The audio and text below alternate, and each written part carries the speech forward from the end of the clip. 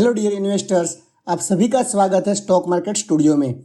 दोस्तों, आज हम जिस कंपनी का एनालिसिस करने वाले हैं उस कंपनी का नाम है ड्रीम फॉक्स सर्विसेज लिमिटेड। दोस्तों, ये कंपनी कोई मैन्युफैक्चरिंग भी नहीं करती है, ना ही कोई ट्रेडिंग करती है। इस कंपनी का प्योर बिजनेस है सर्विस प्रोवाइड करना। एयरपोर्ट रिलेटेड जो भी सर्विसेज होती है वो इस कंपनी प्रोवाइड करती है। और इस वीडियो में हम आगे जाकर देखेंगे कि एक सुपर चार्ट पैटर्न बना हुआ है और सुपर चार्ट पैटर्न में हम देखेंगे कि किस तरह से हमको चांस दिख रहा है यहाँ से प्रॉफिट कमाने का। तो बिना देरी किए चलते हैं हम इसमें कंपनी के एनालिसिस की ओर। तो दोस्तों, हमें इस कंपनी का एनालिसिस 3 पार्ट में करेंगे। सबसे पहले इसका बिजनेस एनालिसिस करेंगे, उसके बाद में हम इसका फंडामेंटल एनालिसिस करेंगे और लास्ट में हम देखेंगे टेक्निकल चार्ट के ऊपर कि कंपनी की पोजीशन क्या है, कौन सा टेक्निकल चार्ट पैटर्न बन रहा है। तो आप जुड़े रहिए हमारे साथ। तो सबसे पहले इसका बिजनेस हम देखें तो इसका इनकॉर्पोरेशन जो है वो 2008 में हुआ था और ये ड्रीम फॉक्स सर्विसेज लिमिटेड ये कंपनी है इंडिया की largest airport service aggregator platform company है और ये मार्केट लीडर है किसमें, airport launch aggregation industry in India. किसी भी चीज़ में मार्केट लीडर होना एक बहुत ही अच्छी बात होती है। इसके बाद में कंपनी जो सर्विस ऑफर करती है वो अगर हम देखें तो ये ट्रैवल सर्विसेज ऑफर करती है जिसमें airport transfer, meet and assist, lounge access to transit hotels वगैरह वगैरह सर्विस प्रोवाइड करती है। इसके बाद में गोल्फ सर्विसेज भी प्रोवाइड करती है उसके एग्जीक्यूटिव क्लाइंट्स को और लाइफस्टाइल वेलनेस भी प्रोवाइड करती है और बैंकिंग एंड फिनटेक में कार्ड जो है वो भी इशू करती है, उसने कोलैबोरेशन किया हुआ है। OTAs एंड अलायंस सर्विसेज भी ये प्रोवाइड करती है, एंटरप्रेन्योर्स को भी सर्विस प्रोवाइड करती है। कंपनी ने स्ट्रॉन्ग रिलेशनशिप मेंटेन किया हुआ है टॉप 5 कार्ड नेटवर्क्स प्रोवाइडर्स के साथ। इसमें टाइप्स जो किया है वो है Visa, Mastercard, Diners and Discover और रुपे कार्ड। आगे जाकर देखें तो न्यू क्लाइंट्स एंड सर्विसेज जो कंपनी ने ऑफर किया है उसमें FI मनी के साथ भी कोलैबोरेशन किया है, हेल्थियंस के साथ भी कोलैबोरेशन किया है और pathology testing across the India के लिए हेल्थियंस के साथ कोलैबोरेशन किया हुआ है। इसके बाद में कंपनी ने माई फ्लावर ट्रीज जो बहुत ही अच्छा ब्रांड है उसके साथ कोलैबोरेशन किया है गिफ्टिंग को फ्लावर्स, केक्स एंड प्लांटर्स के लिए। आगे चलकर देखें तो DreamFolks has collaborated with VFS global for the जो कि largest travel visa facilitator for travels worldwide है। वीज़ा फैसिलिटेशन के लिए कंपनी ने इस कंपनी के साथ कोलैबोरेशन किया हुआ है। देखो, किसी भी कंपनी का आप सिर्फ प्राइस देख के इन्वेस्टमेंट करोगे आप डेफिनेटली आपको नुकसान ही होगा। सबसे पहले उसका बिजनेस आप समझ लो, फिर आगे जाकर आप डिसीजन लो कि आपको बाय करना चाहिए या सेल करना चाहिए। तो पूरा हम बिजनेस इसका पहले देख लेते हैं। थोड़ा वीडियो लंबा हो सकता है लेकिन बिजनेस देखे बिना कभी भी इन्वेस्ट मत कीजिए आप। और हमारी ये सिर्फ एजुकेशनल पर्पस के लिए वीडियो है तो इसकी कोई बाय और सेल की रिकमेंडेशन मत समझिए। eSIM सॉल्यूशंस कंपनी ने टॉप eSIM सॉल्यूशंस प्रोवाइडर्स है लाइक मैट्रिक्स, उसके साथ पार्टनरशिप की हुई है eSIM प्रोवाइड करने के लिए जो कि इंटरनेशनल ट्रैवलर्स होते हैं। देखो, फाइनेंशियल पोजीशन कंपनी की चेक करना बहुत ही इंपॉर्टेंट बात है। कंपनी फाइनेंशियली तो कोई प्रॉब्लम में नहीं है ना, उसके बाद में हमें डिसीजन लेना चाहिए।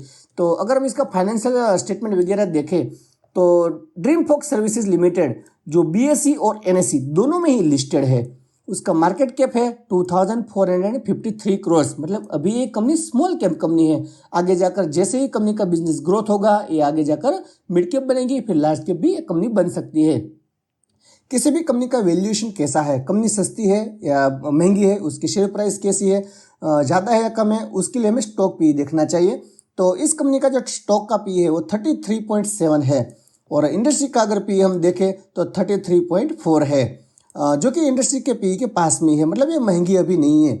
और कंपनी का जो ROC और ROE देखें बहुत ही बढ़िया है, एट्रैक्टिव है। कंपनी का ROC है 46%, ROE है 35%। मतलब अच्छी तरह से कंपनी उसका कैपिटल है वो मैनेज कर पा रही है। डेट टू इक्विटी 0.03, मतलब बिल्कुल भी डेट नहीं है, ना के बराबर डेट है। और प्रमोटर का जो होल्डिंग है वो 66% है, बिल्कुल भी प्लेस नहीं किया हुआ है, ये बहुत ही अच्छी बात है।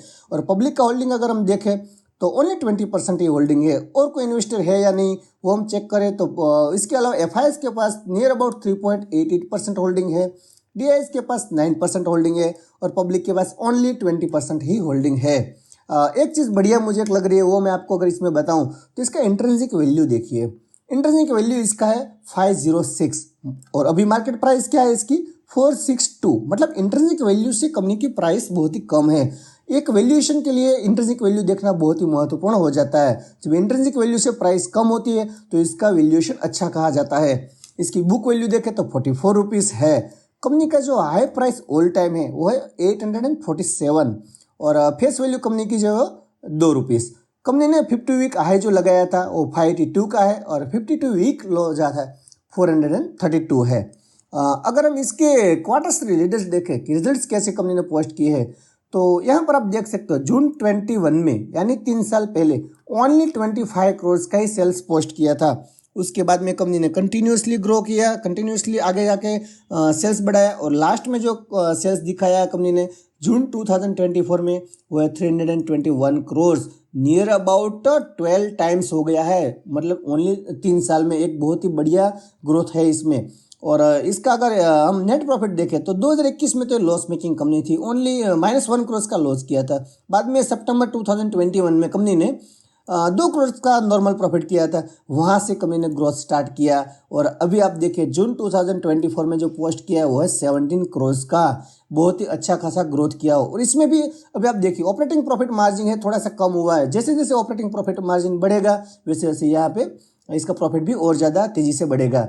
अगर ईयरली प्रॉफिट एंड लॉस हम देखें तो 2019 में सिर्फ 248 करोड़ का ही प्रॉफिट था, सॉरी सेल्स था। उसके बाद में कंटिन्यूस ग्रो किया और मार्च 2024 में 1135 करोड़ का पोस्टिंग किया और टीटीएम का जो है वो नियर अबाउट 1200 करोड़ के आसपास ही है। और कंपनी का नेट प्रॉफिट देखें ईयरली तो यहाँ पे 15 करोड़ का ही था। बाद में कंपनी ने लगातार ग्रोथ किया, यहाँ पे एक थोड़ा सा नेगेटिव आ गया था कोरोना की वजह से, तो वहाँ पे नेगेटिव चला गया था, लेकिन फिर से वापस कंपनी ने स्टार्ट किया बिजनेस अपना और अभी जाके 73 करोड़ का हाईएस्ट एवर है ये प्रॉफिट। एक अच्छी बात है। देखो आप जल्दबाजी मत कीजिए, पहले पूरा समझ लीजिए क्या चीज़ें हमें देखनी चाहिए, फाइनेंशियली अच्छी है या नहीं है, फिर ही अपना डिसीजन लीजिए। अपना हार्ड अर्न मनी है, आप बहुत ही मेहनत करते हो, बाद में पैसा कमाते हो और पैसा लगाने, एक भी रुपया लगाने से पहले कंपनी का पूरा एनालिसिस कर लीजिए, फिर ही आप डिसीजन लीजिए। कंपनी की अगर हम बैलेंस शीट देखें तो आप देख सकते हैं कंटिन्यूसली रिजर्व बढ़ रहा है कंपनी का। बैलेंस शीट में सबसे पहले हमें चीज़ देखनी चाहिए तो रिजर्व, क्या कंपनी का रिजर्व बढ़ रहा है। तो देखिए मार्च 2019 में ओनली 29 करोड़ का रिजर्व था, अभी देखिए 24 में कितना हुआ 226, नियर अबाउट 9 टाइम्स हो गया है रिजर्व ओनली 5 ईयर्स के अंदर। और डेट देखिए, कंपनी डेट लेकर बिजनेस करने मानती ही नहीं। ज़्यादातर कंपनी जो डूबती है ना वो यही वजह से डूबती है। आप याद रखना, किसी भी कंपनी का देख लेना, जो डूबी हुई कंपनी है उसका देख लेना, यहाँ पे बहुत ही ज़्यादा डेट होगा तभी ये कंपनी डूबती है। और ये बिल्कुल डेट के बिना कंपनी काम करे, एक बहुत ही अच्छी बात है। अगर कंपनी का कैश फ्लो देखें तो वो भी पॉजिटिव में है, नेट कैश फ्लो जो है वो 9 करोड़ का है। देखो फंडामेंटल फाइनेंशियल तो हमें कोई भी दिक्कत नहीं दिख रही है। यहाँ पे स्टॉक का पी अच्छा है, आरओसी अट्रैक्टिव है, बिल्कुल प्लेस नहीं किया, प्रोमोटर अच्छा खासा होल्डिंग लेके बैठे और सबसे अच्छी बात इंटरनेट वैल्यू जो है वो कंपनी के शेयर के प्राइस से भी ज़्यादा है, तो एक अच्छी बात है। और एक चीज़ मैं आपको बताता हूँ, मैं इस शेयर इस कंपनी के प्राइस से या फिर कंपनी के फंडामेंटल्स में क्यों अट्रैक्ट हुआ वो मैं आपको दिखाता हूँ। यहाँ पर आप देखिए compounded sales growth last 3 years कितना पोस्टिंग किया कंपनी ने 121% का, और प्रॉफिट ग्रोथ कितना पोस्ट किया लास्ट 3 ईयर्स में 300%। मतलब एवरी ईयर 300%, लास्ट 3 साल का हम देखें तो एवरी ईयर 300% से ग्रो हो रही है। ये कोई छोटी बात नहीं है, बहुत ही बड़ी बात होती है दोस्तों। तो अच्छा लग रहा है फाइनेंशियल, फिर भी आप अपने हिसाब से डिसीजन लेंगे। मैं सिर्फ आपको एजुकेशन के लिए वीडियो बना के आपको सिखा रहा हूँ कि कैसे एनालाइज किया जाता है। अगर हम टेक्निकल चार्ट के ऊपर देखें तो यहाँ पे बहुत ही ब्यूटीफुल चार्ट पैटर्न बना हुआ है। अब देखिए डाउ थ्योरी के हिसाब से किसी भी कंपनी का शेयर जो है वो 3 पार्ट में ही मूवमेंट करता है। एक होता है रेंज बाउंड स्ट्रेटेजी, दूसरा होता है अप ट्रेंड और तीसरा होता है डाउन ट्रेंड। यहाँ पे आप देखिए मेरा कर्सर के सामने देखिए, ये जो कंपनी पहले यहाँ पे रेजिस्टेंस ले रही थी, रेजिस्टेंस ब्रेक नहीं हो रहा था, लेकिन जैसे ही रेजिस्टेंस ब्रेक हुआ यहाँ पे पूरी कंसोलिडेशन में थी, रेजिस्टेंस ब्रेक होने के बाद डायरेक्टली अप ट्रेंड चालू हो गया और कहाँ तक गई है कंपनी नियर अबाउट 840 तक। और बाद में जैसे जैसे उसका डाउन ट्रेंड चालू हुआ बहुत ही बड़ा करेक्शन आया, लेकिन मुझे पता था कि कहाँ रुकने वाली है। आप देखिए किसी भी कंपनी का आप चार्ट देखेंगे, जो पीछे का जो रेजिस्टेंस होता है, यहाँ पे देखिए ये रेजिस्टेंस, ये रेजिस्टेंस, ये रेजिस्टेंस, ये रेजिस्टेंस, 4 रेजिस्टेंस है यहाँ पे। मैं आपको मार्क करके दिखाता हूँ। ये रेजिस्टेंस है, उसके बाद में एक और एक रेजिस्टेंस है, ये ब्रेक नहीं हो रहा, ये रेजिस्टेंस है, ये रेजिस्टेंस, टोटल 4 रेजिस्टेंस है, ये ब्रेक नहीं हो रहा। जैसे ही ब्रेक हुआ कंफर्मेशन के साथ रॉकेट की तरह शेयर का प्राइस ऊपर चला गया। बाद में यहाँ पे प्रॉफिट बुकिंग अच्छी खासी आई और डाउन ट्रेंड में आ गया। लेकिन एक बात सुनिए, हमेशा जो पीछे का जो रेजिस्टेंस होता है ना, वही आगे जाके सपोर्ट बन जाता है। आप यहाँ पे क्लियरली देख सकते हो। या हमें कैसे पता चलेगा कि ये कंपनी कहाँ तक नीचे जाएगी, लेकिन हम एक अंदाजा लगा सकते हैं कि शायद ये यहाँ पे रुकेगी। तो ये आप देखिए कहाँ पे रुकी है, बिल्कुल यहाँ पे रुकी है। तो यहाँ से कंपनी ने एक रेंज बाउंड स्ट्रेटेजी स्टार्ट किया और यहाँ से कंपनी ने जो लगातार प्रॉफिट किया और कंपनी का प्राइस बढ़ा। तो यहाँ पे देखिए कितने टाइम में, ओनली 52 डेज के अंदर 24% का प्रॉफिट दिया। उसके बाद में फिर ये कंपनी नीचे आई, ये रेजिस्टेंस लेवल ब्रेक नहीं हो रहा है। अभी आप देखिए कहाँ पे आई है, यहाँ पे ये जो है इसका सपोर्ट लेवल, ये ब्रेक नहीं हो रहा है। आप देखिए ये भी ब्रेक नहीं हो रहा है, ये भी ब्रेक नहीं हो रहा है, तुरंत वहाँ से बाइंग आ जाती है। वो एक बढ़िया चीज़ मैं आपको दिखाता हूँ। ये चीज़ देखिए आप, क्या आपको नज़र आ रहा है? ये चीज़ क्या है? वॉल्यूम है। किसी भी कंपनी का वॉल्यूम जो होता है शेयर प्राइस में बहुत ही इंपॉर्टेंट है। तो आप वॉल्यूम देखिए, आप लोग और हम लोग जैसे रिटेल इन्वेस्टर कभी भी इस टाइप का वॉल्यूम नहीं बढ़ा सकते। यहाँ पे बहुत ही बड़े प्लेयर्स की एंट्री हुई है और उसको जितना माल चाहिए था उतना माल मिला नहीं, इसलिए वापस यहाँ से थोड़ा सा नीचे लेकर आए और आप देखिए यहाँ पे आ गए। और यहाँ से अगर हम करंट मार्केट प्राइस से देखें तो यहाँ से जो टारगेट निकल के आ रहा है वो आ रहा है 21% का। और अगर अब इसका ये अगर लेवल ब्रेक होता है तो अगला जो हमारा टारगेट निकलेगा लेवल ब्रेक होने के बाद, वो नियर अबाउट आएगा हमारा जो प्राइस है उससे 670 के आसपास। और करंट मार्केट प्राइस से हम इसका कैलकुलेशन करिए तो नियर अबाउट हमें जो प्रॉफिट का चांसेस है वो है 45% का। अगर ये लेवल ब्रेक होता है तो डेफिनेटली यहाँ तक जाने का पूरा चांसेस है। तो आप सीखते रहिए मेरे साथ। हम फिर मिलेंगे इस वीडियो में, अगले वीडियो में। आप सबका बहुत बहुत धन्यवाद। जय हिंद, जय भारत।